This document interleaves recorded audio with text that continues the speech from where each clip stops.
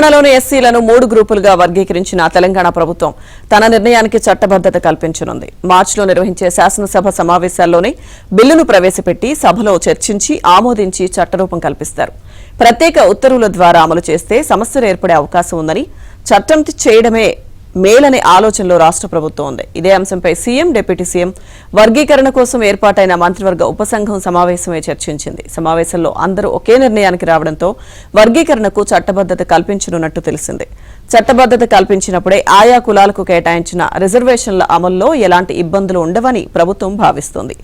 ఇలా అయితేనే విద్య, ఉద్యోగ అవకాశాల కోసం కేటాయించిన రోస్టర్ పాయింట్ల వారీగా అమలుకు సమస్య ఉండదని అంచనా వేస్తోంది.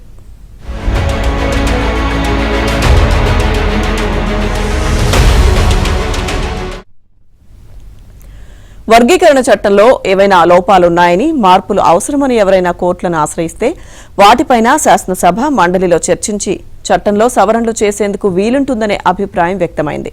శాసనసభలో తీర్మానం మాత్రమే చేసి జీవో ఇస్తే ఆశించిన స్థాయిలో ప్రభావం ఉండకపోవచ్చనే అభిప్రాయం వ్యక్తం కావడంతో చట్టబద్ధతకు మొగ్గు చూపారు. ఉభయ సభల్లో బిల్లును ప్రవేశపెట్టి చర్చించి ఆమోదించి చట్టరూపం కల్పించిన తర్వాత దాని అమలుకు ప్రభుత్వం మార్గదర్శకాలు విడుదల చేస్తుంది.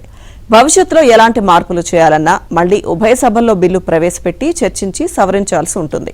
ఎస్సీ వర్గీకరణ విషయంలో రాష్ట్రాలే నిర్ణయాలు తీసుకోవచ్చంటూ సుప్రీంకోర్టు తీర్పు ఇచ్చిన నేపథ్యంలో ప్రాథమికంగా వర్గీకరణకు అడ్డంకులు తొలగిపోయాయి.